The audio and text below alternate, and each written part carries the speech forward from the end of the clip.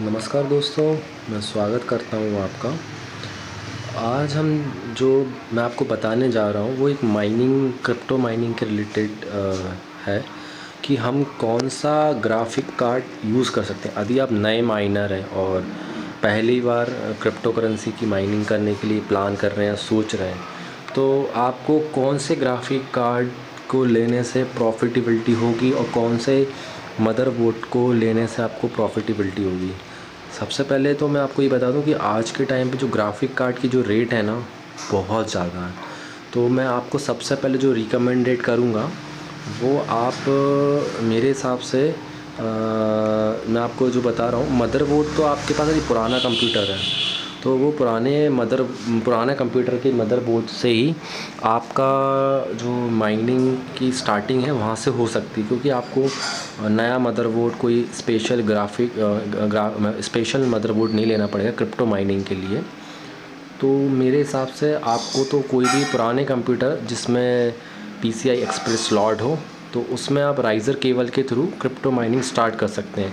बस आपको जो नया लेना है तो वो आपको पावर सप्लाई लेना रहेगी, और डिपेंड करता है कि आप कौन सी पावर सप्लाई लें, आपके पास कौन सा GPU। तो मेरे हिसाब से 550 वाट की आप जेवरिक्स की ये पावर सप्लाई ले लीजिए, जो कि एक अच्छी पावर सप्लाई है और रीज़नेबल प्राइस में आती है। और आप अगला क्वेश्चन आता है कि हम GPU कौन सा लें, ग्राफिक कार्ड कौन सा लें।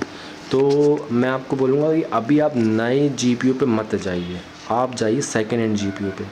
OLX या कहीं आपको कहीं से सेकेंड हैंड GPU मिल रहा है, मगर हाँ, OLX पे देख के आप मतलब सोच समझ के ही परचेज़ करिए, रिसर्च करके सर्च करके, क्योंकि उस पर स्कैमिंग बहुत ज़्यादा हो रही है।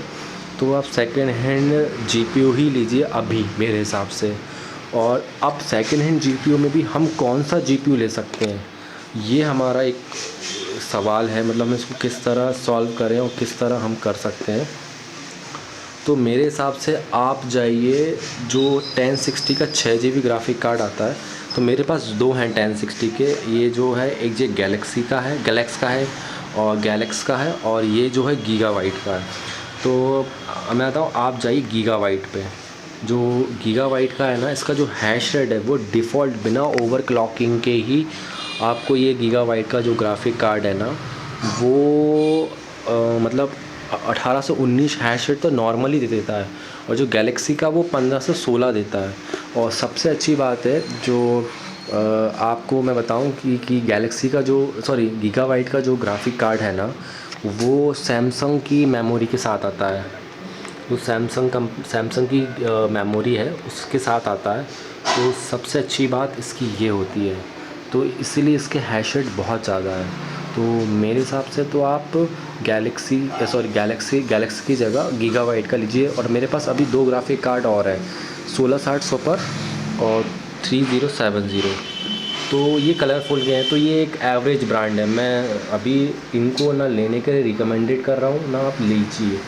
आप सेकेंड हैंड कार्ड लीजिए 1060, वो सबसे अच्छा ऑप्शन है। और एक ही कार्ड लीजिए, पहले उससे माइनिंग करके देखिए और प्रॉफिटेबिलिटी देखिए। यदि आप 1060 गैलेक्सी का लेते हैं ना, तो एवरेजली आपकी इलेक्ट्रिसिटी कॉस्ट को काट के आप 1500 रुपीज़ पर मंथ सेव कर सकते हैं। मतलब आपका इलेक्ट्रिसिटी यदि आप इलेक्ट्रिसिटी का बिल भी काट लेते हैं अपने उससे, और आपको 1500 रुपये पर मंथ की अर्निंग हो सकती है। और मैं आपको यही बता देता हूँ कि OLX पे 20,000 से 22 तक मैक्सिमम रेट बता रहे हैं। 20 मैक्सिमम है, इससे ऊपर नहीं लेना हमको। 20,000 रुपीज़ से गीगाबाइट का हमें ग्राफिक कार्ड मिल जाए तो वेल एंड गुड। और यदि ये गैलेक्स का या कोई दूसरी कंपनी का, जो सैमसंग की इसमें मेमोरी नहीं है, आप उनमें जाए तो 18,000 रुपये से मैक्सिमम रेट दीजिएगा ही नहीं तो आपको लॉसेस है माइनिंग में, क्योंकि अभी रेवेन्यू बहुत कम होता जा रहा है। तो आगे आपको लॉसेस भी हो सकते हैं। तो मेरे हिसाब से आप 1060 लीजिए, बहुत अच्छा सेकेंड हैंड लीजिए, और देख के लीजिए कि भाई प्रॉपर वारंटी है या कोई रिफर्बिश कार्ड तो नहीं है, कोई इशू तो नहीं है। इसीलिए मैं आपको रिकमेंडेड कर रहा हूँ कि आप 1060 6 GB कार्ड लीजिए, मगर सोच के थोड़ा सा देख के। और सबसे अच्छा ऑप्शन वो ही है।